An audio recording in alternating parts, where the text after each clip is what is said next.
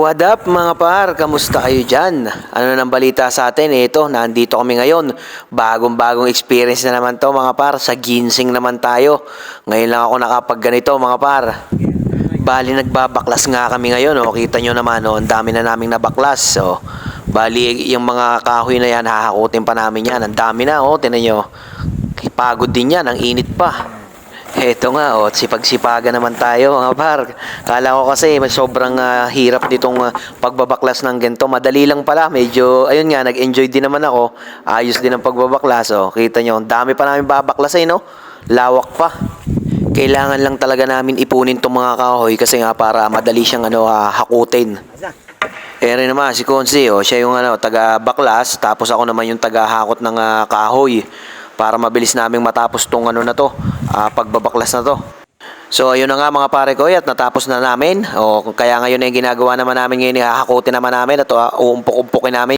Nilalagay namin siya mga pare ko doon sa ginawang bakal ng amo para doon siya iipunin, tapos tatalian naman siya. O yan ganyan, kita nyo. Ganyan yung way nung paghakot, ilalagay dyan. Tapos may tali yan na para pagpuno na, itatali na lang.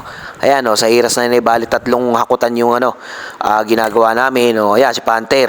Ayan, tingnan nyo, natapos na namin. Grabe, tagal din namin niya bago natapos. Ayan nga mga pare ko, natalian na namin. At pagtumpok-tumpok na namin ng mga kahoy, tingnan nyo, malinis na. Bali mayroon pang natirang mga kapra-kapraso diyang kahoy dito sa bandang gilid, pero konti na lang yan, saglit na lang sa amin yan.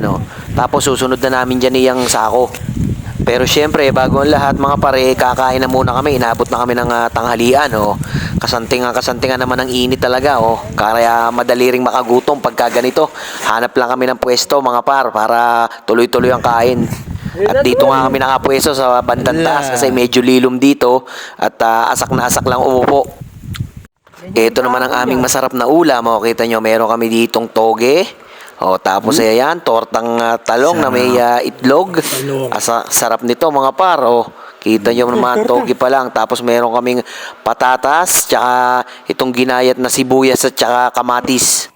Ayos na mga par, balik trabaho na nga kami. At ito, uumpisahan na namin itong pagsasako dito. Inaayos na namin ang mga sako. Ayan, para isang isang rolyuhan na lang na isang rolyuhan para hindi pa kalat-kalat at mabilis naming matapos. Papakita ko sa inyo mga par. Bali pagtapos nga namin maisalansan tong mga sako na to, ilalagay na namin siya sa rolyuhan. Ito. Ayan, ito na siya mga pare ko. Bali tinuturuan pa lang si Panther at si Hirames nung amo kung paano gagawin. Kasi dimotor to para mabilis yung ikot at hindi kami mangalay kasi nga nakakangalay to pagka yung minano-mano. Kaya ito, maganda yung nagawa namin.